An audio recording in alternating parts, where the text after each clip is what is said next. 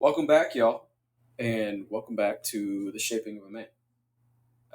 As you can see, we're back on video, and yeah, after the last video, y'all, I'm kind of surprised at how much traction we got. The regular Spotify one, great, phenomenal. That's still normal, you know what I mean? It's still going up slowly in numbers, but I did not expect to get 50 views on YouTube, if we want to be honest with y'all. So shout out to y'all because that was pretty dope. I mean, 50 people is a lot, you know what I mean? I think people like imagine 50 people crowded in one room. Like that is quite a bit of people there. So I'm thankful for it. Those of you who keep sticking around and continuously keep coming in and even just listening, whatever it may be, and the compliments that I receive from it, y'all, it means a lot. You know what I mean? Again, I say this all the time. I'm just a normal dude, so I don't know how much I really have to say, and I appreciate that everyone wants to come in and even just give their input and say hi, whatever it may be, or hey, I took this and it helped me a lot. So appreciate y'all. First of all, hey, as you guys see, hard truth. Shout out to y'all. Bottle is so good. One of my favorites. I get a lot of apple out of this one, y'all. Again, for those of you that are 21 and you like bourbon, this is the way to go. I actually decided to put it in an old fashioned today just to see how it would taste, and it is phenomenal, just how it should be. And today, y'all, I'm gonna jump straight to it. I have something that kind of before this, I sat in it. I tried thinking on it, and it like I feel like God really was like, "Hey, like this is where I want you to go." This is probably one of my favorite messages, probably in a long time, because I think I needed it, and I think a lot of people do need it in this season. So if you need it, hey, let me know. Let me know what you get out of it.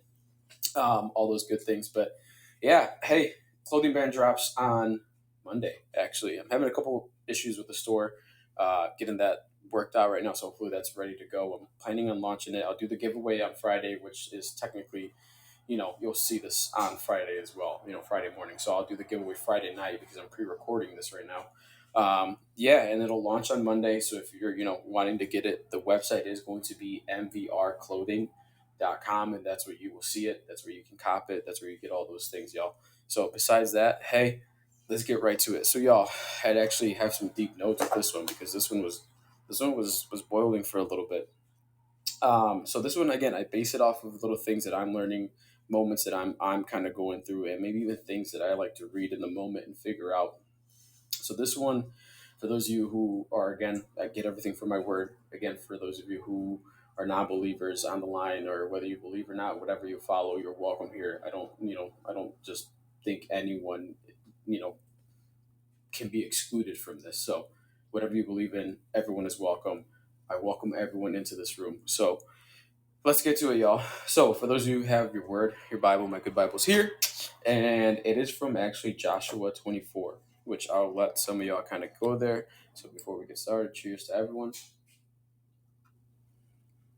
That's going to be like some ASMR stuff right there. I can already tell because since now I'm mic'd up, I figured out how to make it sound better. So we're going to test run this as well. So Joshua 24:14 through 15, y'all. Let's get to it. All right. So now, therefore, fear the Lord and serve him in oh my God, I'm going to butcher this. And serve him in sincerity and in truth, and put away the gods which your fathers served on the other side of the flood and in Egypt, and serve the Lord. And if it seems evil unto you to serve the Lord, choose you this day whom you will serve, whether the gods which your fathers served that were on the other side of the flood, or the gods of the Amorites in whose land will you dwell. But as for me and my house, we will serve the Lord. So again, there's a lot there, right? So you can take this, for those of you who may know this in the word. This is the part where Joshua is coming to the end. It's the last chapter in that book, and he's pretty much reminding his people, like, hey, look what God's done for us. Look at the choices that we have. We have the ability to now have the free will, right? Because he's choosing. You're technically choosing to either stumble upon what could have been in the past or what could be in the future, right? And like I even wrote it down in this passage, you see the gods that they were worshiping beforehand, right? Like it was the fact that they were faithless. They didn't have anything to follow. They were idolizing false things, and on top of that, it's the generational curses that have caused them to this point. If you want to relate it to like current nowadays, right? Like think about it. Like you no longer have to be a servant to. And again, if you hear my dog in the background, y'all keep it real. Like this is what we do. You know what I mean? I don't have to edit, cut any of that stuff out because this is just my life. But anyways, right? You see all these things that come to pass. You're like, well, my family was this, my father was this, all these things, and we've talked about this kind of slightly early on in the beginning stages of the pod, right? Because one of the biggest things is that the challenges of people is that you tend to get away and you're freed from a lot of the things that you're trying to fight, whether it's addiction, whether it's bad habits, whether it's emotional, whatever it may be, right? Like you have the choice. And I know it kind of seems kind of hard. I'm not saying some of these things are not hard, but in this passage you see that Joshua literally recounts the moments where God's faithfulness kicked in, right? Like look at all the things he's done for us. And even then, like it's one of those things where like we know that we make it through trials and tribulations, but yet we decide not to see it.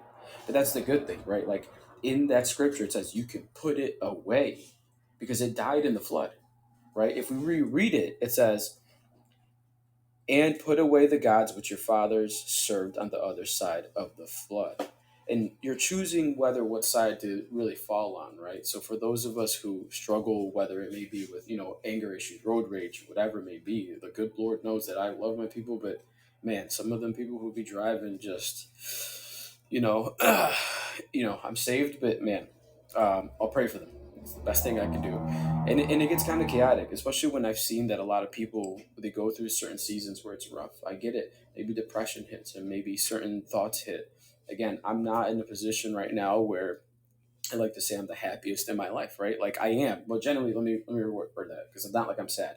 I'm always going to want more. It's who I am. I strive to kind of reach for more things. I tend to achieve certain goals, and I'm like, well, it could be more, or I could reach for something more. And I don't tend to settle in it and appreciate it. So that's a really bad habit I have, where right now it's like I got to be reminded of where I started. Like even with the pod, right? Like I have a camera. Now I have different things. Now I have a mic, and even putting myself in front of this camera, it's hard. It's a big deal. I'm overcoming certain things where I'm like, well, what are they going to say? What are they going to comment on? Or what if my past of the things that I've done are going to catch up and be like, well, you were never like this. How'd you change? You know what I mean? But realizing that I get to choose every day. It's a decision. It's the free will that we get every single day, right? And not just that, but like the things that died in the past, right? That's the free will. He's letting you choose on who you're serving that single day. And again, when you choose the side, it's not like you automatically get to wake up and be like, you know what, I'm going to choose not to be angry today. I'm going to choose not to do this today because it's not just that easy. Some people can just wake up and be like, you know what, this is how it's going to be done. I'm going to choose this today. And people literally get it done. Like it's just like it never comes to pass again, right? Sometimes it's choosing that thing and having the affirmative action to be like, you know what, saying it out loud really helps people sometimes. Now, I think that's some of us are like, well, I don't choose this every day. I choose to not be in it, but yet I still do it, or I choose to not yell, but yet I still yell, right?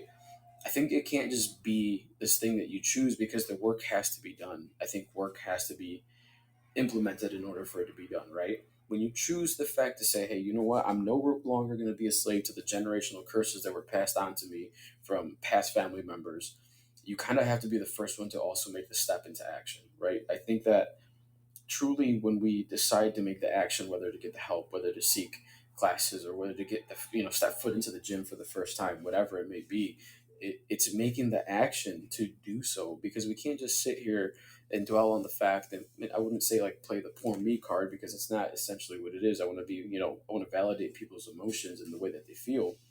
But I think one of the biggest things is that when we choose to do something that's going to make it better, understand that there is a process to it as well. You can't just all of a sudden choose to go to therapy one time and expect to come back better the next day. I've always said it before. It'd be kind of silly of me to think that I'm going to eat a piece of broccoli and be extremely healthy the next day. No, it's a habit that you've got to now create to replace the old habits of old idols that you once had, right? Again, old curses, old generational stuff will linger for a while.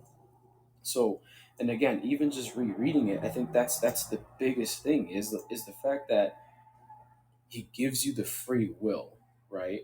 No one is serving, no one's telling you to do so, right? But that's a weird love, to love someone enough to be like, I give you the free will for you to choose whether you want to stay here in this, right? Because even for those of us who are referencing certain things, a lot of the people, when Moses was freeing them, they were in the wilderness and they missed Egypt when they were out there, right? Like they still had such a love connection to that, and it was hard to break the habit where like, well, we were better off in Egypt. But again, you were freed from it. They were freed from it, but yet they still lingered for it. I get it, right? Like there's so many things where like, well, that was old me. It was old days where I wanted to do this or whatever it is, and certain things just don't go away, right? Certain things do take time, and some things may never go away. But it's the fact of, can you control it enough to choose every morning and be like, you know what, I'm given the free will.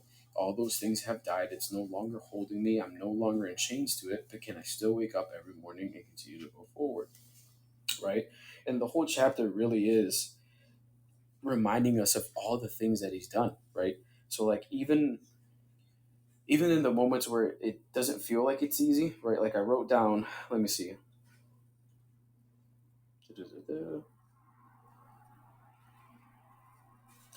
Yeah, so I wrote down, sorry, it's on the next page. Kind of forgotten, like I said, kind of skimming through this one pretty fast because I don't want to hold on to the pod for too long, right? I've always said this, I'm going to try and keep the pod when it's by myself a little shorter on certain things. But, anyways, so here it is. So later in the chapter, it sets, like Joshua sets up stones. He uses those to remember the choices that he made, right? I think when we're choosing through the process of healing and going through certain things, we have to, or whether we're trying to break habits or create new habits, or even honestly, I put this into perspective for someone who may not be good for you. Like you're like, I'm trying to cut the habit of being with this individual or around this individual. I think there's a hard line there as well, right? But the reason he would set up stones is because back then stones were used for legal agreements. So you would put a stone as a legal agreement to say, hey, blah, blah, blah, I'm no longer doing this. But it's also a set up as a reminder, right? So the stones were used to mark significant events. So whenever you would, overcome something, or whenever you go through a trial, or whenever you go through a hard season, like look back at the pictures, write it down in notes. Like I use my notebook for everything, for the moments where I felt like, hey, this was too tough, or for the moments where I feel like, hey, maybe this wasn't the best choice, how to get out of this, whatever. Like I use the example of the pod. Honestly, the pod, I say this now, I'm doing it for my future kids. I don't want the fame out of it. I don't want to be someone crazy. I don't want to be someone that's blown up all over the place. But the ability for my kids to look at the past stones that I've laid and be like, look, I remember dad once struggled through this or whatever it may have been, right? Or like, hey, or a family member, hey, one of my family members went through this. Actually, this was really helpful. So we've got to be reminded that when we get through something, don't be scared to jot it down. Don't be scared to put it as a reminder. We like to take pictures of everything, including our food. Why can't we just take the pictures of the moments that we decided to come out of this in happiness, or a reminder of that moment, right? And let's see. And you can trust in the moment of what it is that you're letting go, but you've got to go fully and make the choice and filled with faith. And one of the biggest things where I sat here for a while earlier and I was sitting in this message and I'm like, okay, if this is really what you want me to do, like, what is it that I'm supposed to tell you out of this? Like, how do you actually even apply it? Well, you're applying it by choosing to do the work. You're applying it by figuring out how to get out of this and how to do certain things, right? But not just that, the key factor here is faith. And the acronym that ended up hitting me is forward against individual thresholds, right? And I'll say it again, forward against individual thresholds. And I'll let you kind of sit on that because you can kind of relate to it however you want. And the threshold can be whatever, right? And if we even break it down to a certain degree, we know that the threshold sits literally right before entering a door.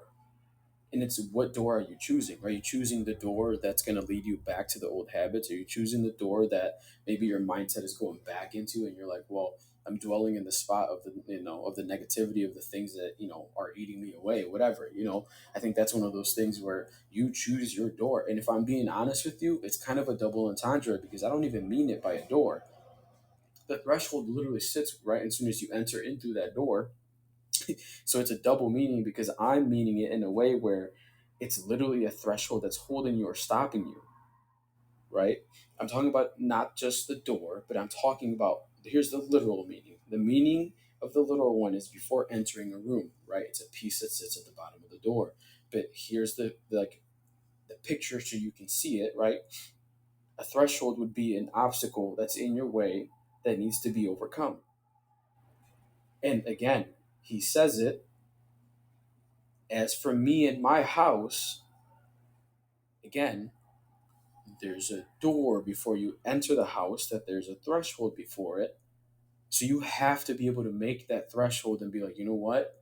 I'm choosing the door to go through it. And whatever that individual threshold may be for you, the object or thing that's standing in your way, you can choose to overcome it. You can choose to go past it. You can choose to go forward in it, right? But again, can you sit in it and trust enough with faith to sit into it, right?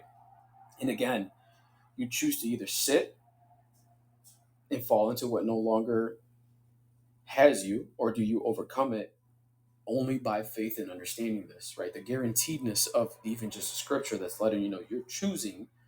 It died in the flood. Egypt no longer has you in the ability for you to sit in faith and walk forward, right? And one of the things that sat here, and I'm like, well, how can people even really apply this and use this? Well, you got to do the work. You've got to figure out and identify what that threshold is that's holding you back. And not to mention, it's one of those things where you've got to sit down and recognize and take the time to be like, okay, cool. What can I do and what tools can I use to go forward and whatever it may be? So I leave you with certainly a couple things here. I leave you with four things, right?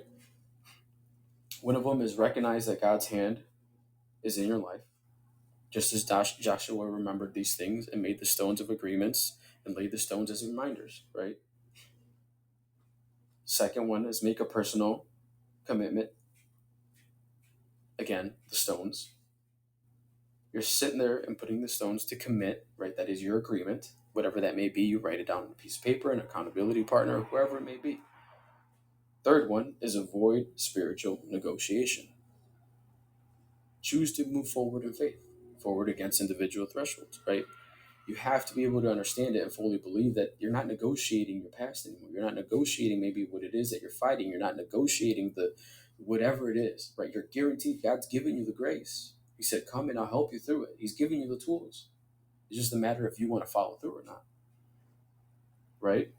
And the last thing is you can leave a spiritual legacy. You can literally cut off all ties, all energy, all negative things with you, starting with you only, right? And as this goes forward, you're able to have this peace and give yourself the moment to be like, you know what? This is the place where I can finally say it stops here and it ends here. Because that can help your future family, the future generations that may come. So, again, the last thing I'll leave you with is choose this day on whom you will serve. If for me and my house, I choose the Lord. I choose every time. It may not always be easy, but I choose it. So, that's it for it, y'all. Nothing crazy, super easy, and straightforward. Clothing drops on Monday. This gets posted on whatever it may be, on YouTube on Friday. And if you like it, comment, subscribe. Let me know what you get out of it. Right? I'm doing the giveaway on Friday. So if you follow the clothing brand MVR underscore clothing underscore, and it drops on Monday, y'all. So I appreciate you, love y'all, and thanks for tuning in.